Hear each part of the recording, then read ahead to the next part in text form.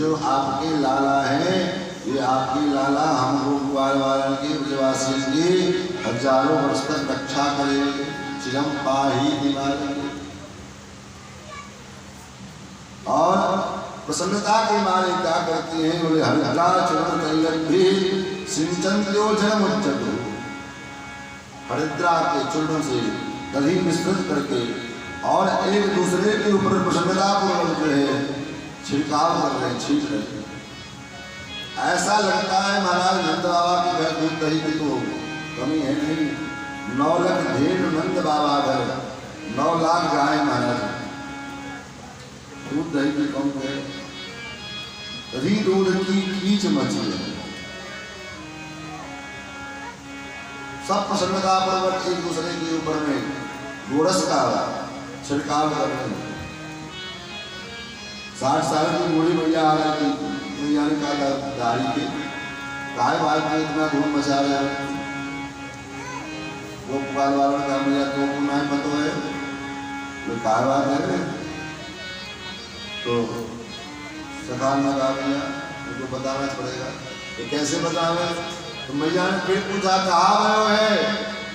जो पूछा कहाँ भयो है, तब तक एक वाले ने इतना बड़ा माखन का लोंडा लेकर के भैया ने उनको गप से भेज दी। अब महाराज 60 साल की बूढ़ी मैया, मुख में दांत तो है नहीं, महाराज सब से जैसे पेट के अंदर चली गई, क्योंकि वैसे भी माखन जो है चिकना होता है। मैया ने अपने आप को संभाला पूरी भैया बात काय बात की इतनी खुशी मनाई जा रही है। वाल वाला ने पूछा अब ना जान पाए क्या बात है, तो क्या बात है। तब वाल वाला कहते हैं क्या महाराज आज नंद बाबा के घर में जायो यशोदा देवी सिरानी लड़वा सोड़ा में कुआ सोला। आज यशोदा रानी ने सुंदर कुआ के समान गोल मडोल लाला को जन्म दिए। जो सुना सुनिया ने परमानंद का ठिकाना नहीं आता। 60 वर्ष की बूढ़ी मैया 16 वर्ष की जैसी मानो तरंग आ गई शरीर में और नृत्य करने लगी। इसी प्रकार से जैसे रामावतार में मास दिवस कर दिवस भाव हरवन जाना कोई रथ समेत रवि ठाकुर निशा कवन विधि होए। जैसे रामावतार में सूर्य भगवान ठहर गए। क्यों ठहर गए? सूर्यवंश में भगवान प्रकट हुए तो सूर्य भगवान ने ब्रह्मा से कहा मुझे छुट्टी चाहिए। काय बात की छुट्टी चाहिए आपको? महाराज मेरे घर में अनंत आनंद ब्रह्मांड के अधीश्वर भगवान श्याम सुंदर भगवान नारायण मेरे घर में बेटा बनकर के आए हैं, मुझे भी दर्शन करना है उनका, इसलिए मुझे छुट्टी चाहिए। तो महाराज ने कहा आपको छुट्टी नहीं मिलेगी, क्योंकि अगर आप छुट्टी पर चले जाओगे महाराज तो सारा समस्या खड़ा हो जाएगा, दिन रात का चक्कर खींच लेगा। सुन भगवान किए गए। भगवान ने कहा ठीक है छुट्टी नहीं दोगे, इतना काम ओवर टाइम पर ड्यूटी कर सकते हैं, उसमें तो कोई आपत्ति नहीं। छुट्टी नहीं मिलेगा कोई बात नहीं, ओवर टाइम ड्यूटी करेगी। महाराज मध्याह्न काल की लीला में भगवान का प्रादुर्भाव हुआ और सूर्य भगवान वहीं ठहर गए। तो सूर्य भगवान हटे तब तो रात्रि हो गई, आगे नहीं बढ़े। 1 मास का मानो दिन हो गए। मास दिवस कर दिवस मन जाना कोई। उसी प्रकार से पुनः आज ऐसे लगता है कि दिन ठहर गया, भारी भरकम उत्सव चल रहा है। इधर क्या हुआ कि कंस ने अपने मंत्रिमंडलों को विचार करके बुलाया और कहा देखो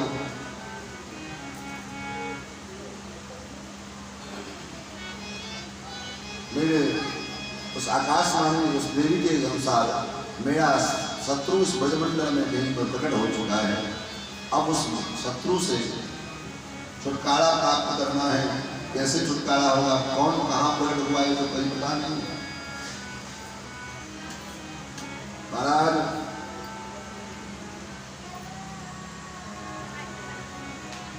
तब तक पूतना है। पूतना ने कहा महाराज ये काम मैं कर देती हूँ। कैसे करोगे ये काम? बड़ी सरलता से काम हो जाएगा। तो क्या करोगे? महाराज 6 महीने के भीतर जितने बच्चे का जन्म हुआ सबको मार डालना। ये कैसी बात करती है? प्रजा में विद्रोह हो जाएगा। महाराज जब प्रजा को पता चलेगा तब तो विद्रोह करेंगे।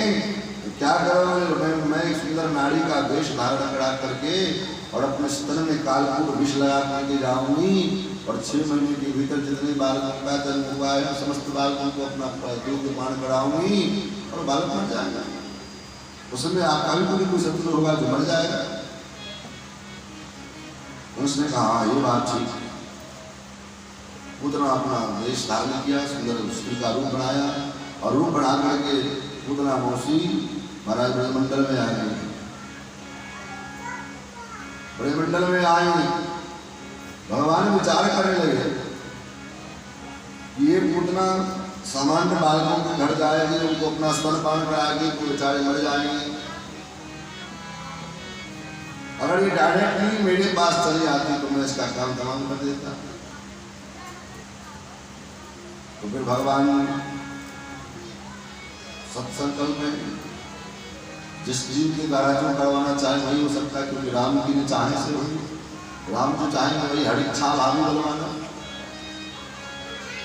महाराज भगवान ने संकल्प किया और पूतना के मन में विचार उठने लगे मैं कहाँ जाऊंगा, यही भीड़ भाड़ है, इसी घर से शुभारंभ श्री गणेश किया जाए अपने काम। और पूतना जो है सीधे नंद बाबा के घर पहुंच गई और इधर नंद बाबा चले गए कहाँ? तो कंस का वार्षिक कर देने के लिए।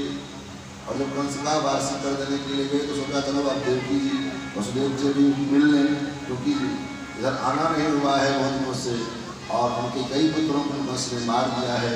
एक कन्या बची थी वो भी दिवंगत हो गई। जरा हाल चाल जिज्ञासा करना उचित है, धर्म है, मित्र है। तो नंद बाबा चले गए कहाँ? बोले वसुदेव जी के यहाँ में जिज्ञासा करने के लिए। और नंद बाबा गए तो नंद बाबा ने सांत्वना प्रदान करने लगे, सहानुभूति दिखाने लगे। अहो ते देवकी पुत्रा कंसेन बहवो हता।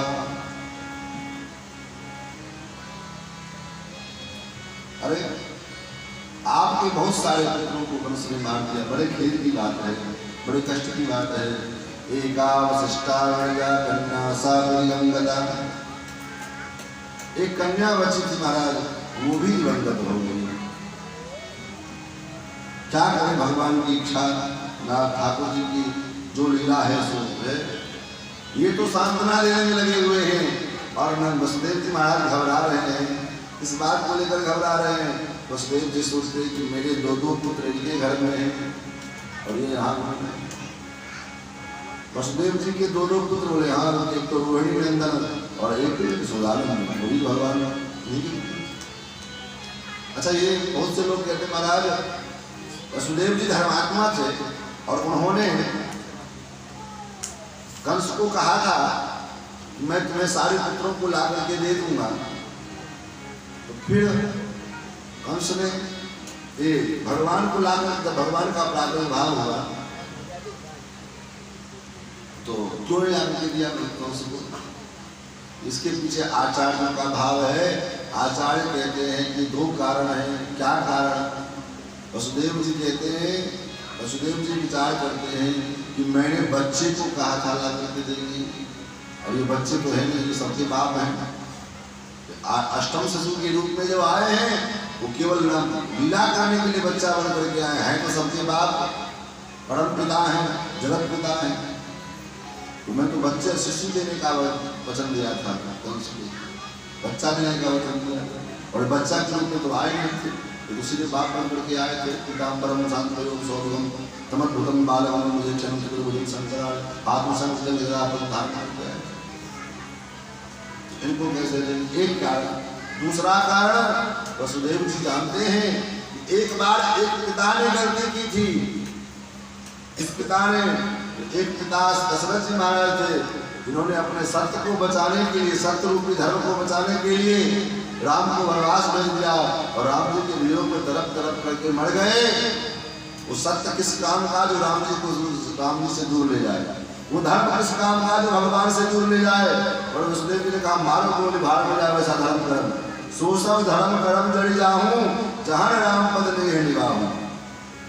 उस धर्म कर्म में आग लग जाए जिस धर्म कर्म से भगवान दूर चले जाए, भगवान के ऊपर कुछ हानि होवे, भगवान का कुछ अनिष्ट होवे, भगवान के लिए कुछ अमर भगवान का होना नहीं है, लेकिन एक प्रकार की भावना उनका वसुदेव जी का कि हमारे ठाकुर के ऊपर कोई अनिष्ट आवे, हमारे उनका कोई मंगल करे, ऐसे धर्म में आग लग जाए महाराज। इसी भाव को सोच करके वसुदेव जी ने भगवान को ले आकर के गोकुल में दे दिया। आज वही विचार कर रहे हैं कि महाराज आपने ये मेरे यहाँ पे क्या कर रहे हैं। अब वसुदेव जी जब नंद बाबा बहुत देर तक बात करते रहे, आखिरी में कहना पड़ा वसुदेव जी को। वसुदेव जी ने कहा करो वै वार्षिको दत्तो राज्यानिष्टं वयं च। आपने महाराज कंस का कर दे दिया, आपने मुझसे मुलाकात भी कर ली, अब आप लौट करके चले जाओ। क्यों लौट करके चले जाओ महाराज? क्योंकि मुझे लगता है ऐसा गोकुल में कहीं कोई उत्पाद न होने लग जाए, गोकुल में कहीं उत्पाद न हो जाए। ऐसा क्यों लगा वसुदेव जी को? क्योंकि सुखदेव जी कहते हैं हम स्तेयं बहुविधं सत्पादाश्च गोकुले। नेह के कारण जहाँ स्नेह होता है वहां पर में हमेशा उत्पाद की आशंका लगी रहती है। जैसे तथा व्यवहार की बातें हैं, इसको ध्यान से समझेंगे सुनेंगे तो आप लगभग बातें आपको अपने जीवन में व्यवहार में घटित होने लगेंगी।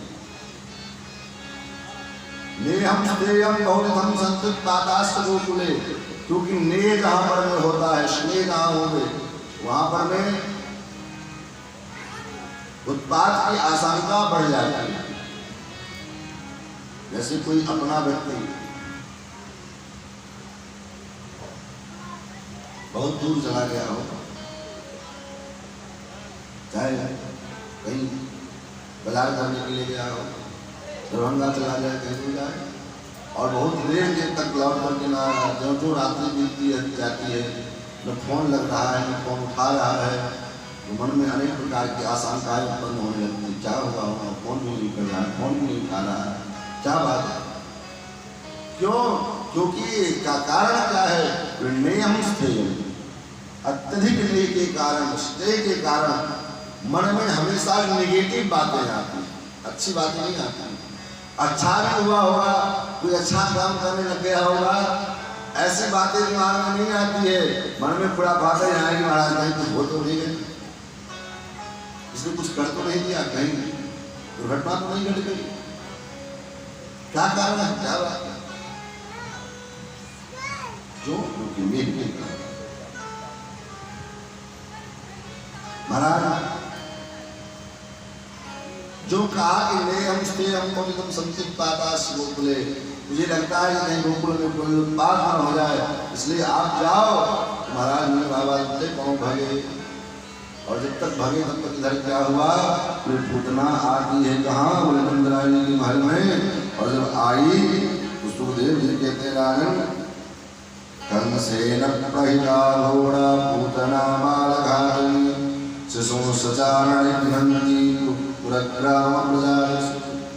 पूतना लोग की बालकों की हत्या करने वाली पूतना महाराज ब्रह्मंडल में पहुंच गई और सुंदर वेश धारण करके नंद रानी के महल में आकर के प्रवेश करने लगी। जब नंद जी के महल में प्रवेश करने लगी तो सुखदेव जी कहते हैं नंद के जितने गोप ग्वाल वाले थे महाराज गोपियां, उन सभी गोपियों को ऐसा लगता है मानो साक्षात लक्ष्मी अपने पति की सेवा करने के लिए आ रही, अपने पति का दर्शन करने के लिए आ रही। गोप्यः श्रियं दृष्टमिवागतापति,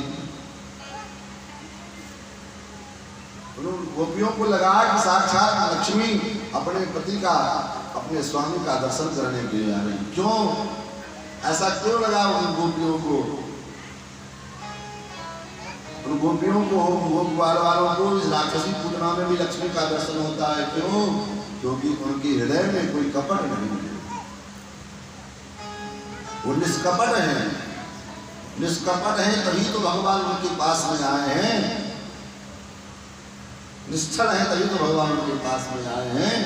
उनका हृदय साफ है, पवित्र है, उनका मन निर्मल है, तभी तो भगवान उनके पास में आए हैं। और जहाँ निर्मलता होती है भगवान वहीं आते हैं, क्योंकि भगवान का सिद्धांत है। क्या सिद्धांत है? भगवान कहते हैं निर्मल मन जन सो मोहि पावै, निर्मल मन जन सो मोहि पावै, निर्मल मन जन सो मोहि पावै,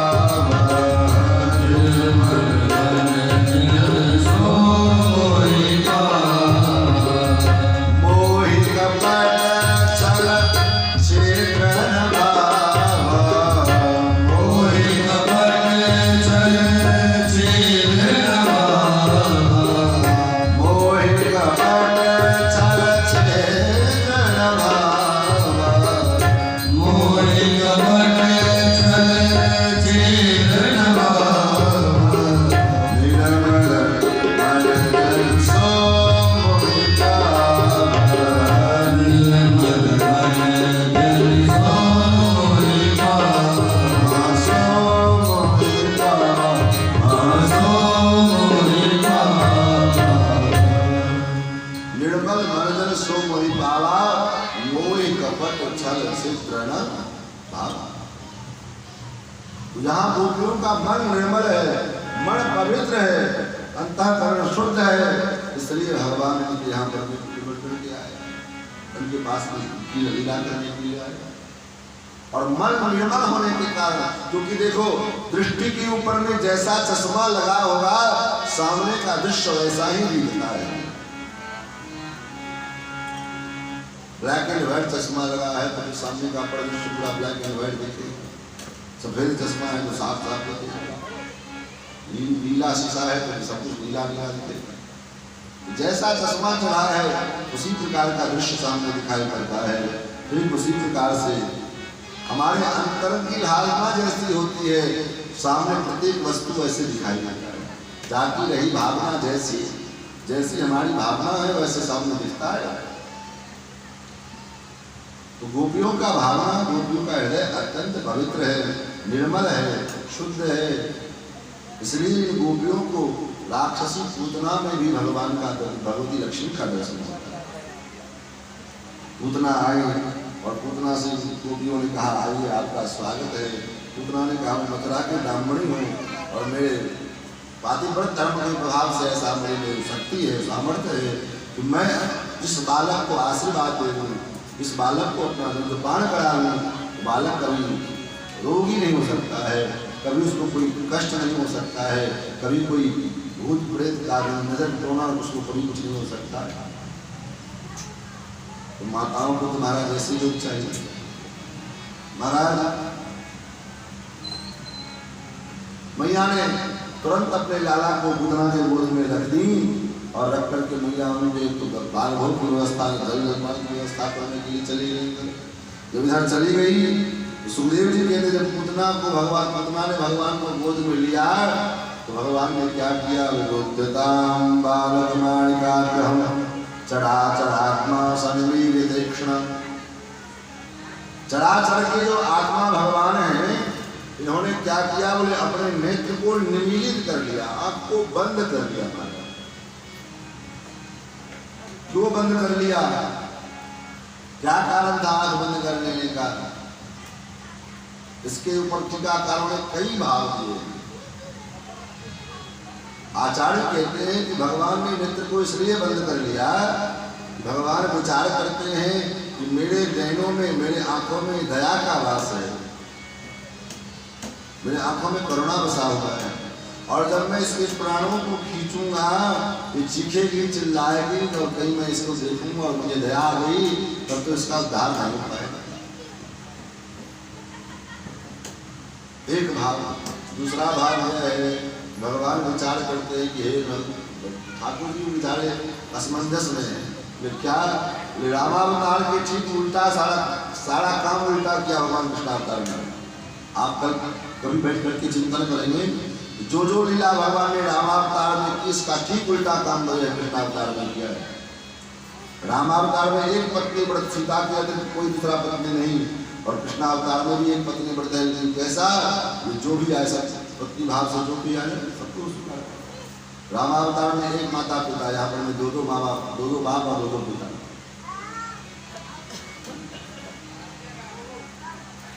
ठीक उल्टा काम था। लेकिन एक काम मात्र ऐसा है जो रामावतार में भी सब बराबर है किया है भगवान ने, और कृष्णावतार में भी किया है। क्या, रामावतार में भी भगवान ने पहले खाता खोला, अकाउंट खोला, मार काट का तो किससे खोला, एक महिला से खोला। कौन सी महिला, बोले ताड़का आई थी। भगवान ने ताड़का का वध किया था। और कृष्णावतार में भी भगवान ने जब खाता खोला तो इससे पहले सबसे पहले कौन आई, तो सबसे पहले पूतना आई। भगवान विचार करते महाराज, पूतना इससे क्या बात है, इससे क्या देखे महाराज, जो बालकों की हत्या करने वाली नृशंस हृदयी है, ऐसे पूतना को तो देखना भी नहीं चाहिए। इसलिए भगवान ने अपने नेत्र को बंद कर लिया। और क्या कारण है भगवान के नेत्र बंद करने का? भगवान विचार करते हैं, जैसे रामावतार में आई थी कौन, शूर्पणखा। शूर्पणखा कौन है, बोले अविद्या के स्वरूपा है। वैसे ही पूतना है अविद्या। अविद्या 14 जगह में निवास करती है। कहाँ कहाँ, ये 5 ज्ञानेंद्रियां, 5 कर्मेंद्रियां, मन बुद्धि चित्त और अहंकार, ये 14 जो इंद्रियां हैं, इन्हीं में अविद्या निवास करती है। और इसलिए भगवान राम जी को जो है मैया कैकेयी ने 14 वर्ष का ही वनवास मांगा, न 13 वर्ष मांगा, न 15 वर्ष मांगा, 14 वर्ष मांगा। यही कारण कि प्रत्येक वर्ष में एक वर्ष में एक अविद्या का भगवान नाश करेंगे, और फिर 14 वर्ष में संपूर्ण अंधकार को समाप्त करके भगवान प्रकाश का स्थापना करेंगे। वैसे ही शूर्पणखा पूतना है। पूतना जो आई है, कब आई है, बोले 14वीं तिथि को आई, चतुर्दशी को आई। क्यों, अष्टमी को भगवान का जन्म हुआ, और छठी की रात के दिन जो है, आज भगवान का छठी था, तो छठी के दिन ये पूतना आई। छठियार के दिन के हुआ तो जोड़ लीजिए, अष्टमी, नवमी, दशमी, एकादशी, द्वादशी, त्रयोदशी, चतुर्दशी। अष्टमी की रात्रि में आई तो नवमी को पता लगा गोकुलवास में। भगवान तो 12 बजे रात्रि में मथुरा में आए अष्टमी में, लेकिन गोकुलवासियों को सवेरे पता लगा नवमी में आकर के। तो महाराज 14वीं को आई, चतुर्दशी को। भगवान विचार करते हैं कि रामावतार में तो शूर्पणखा जब आई तो भगवान ने क्या किया, तो सीता सीता कहीं प्रभु बात देख रहे हैं, जानकी जी की ओर बात करते हैं शूर्पणखा से। लेकिन यहाँ तो न रुक्मिणी जी है, न राधा जी है, कोई नहीं है, तो किसकी ओर देखे भगवान? भगवान ने सोचा तो आंखें बंद कर लो, काम खत्म हो गया। दूसरा भाव संत कहते हैं भगवान ने क्यों नेत्र बंद किया, तो आचार्य कहते हैं भगवान ने इसलिए भी नेत्र बंद कर लिया कि मानो भगवान नेत्र बंद करके वह आमंत्रित करते हैं, निमंत्रण भेजते हैं। तो किसको निमंत्रण दे रहे हैं? तो आचार्य कहते हैं भगवान शंकर जी को निमंत्रण दे रहे हैं। तो क्या बात का निमंत्रण है? भगवान मन ही मन आंख बंद करके भगवान भोलेनाथ का ध्यान करते हैं।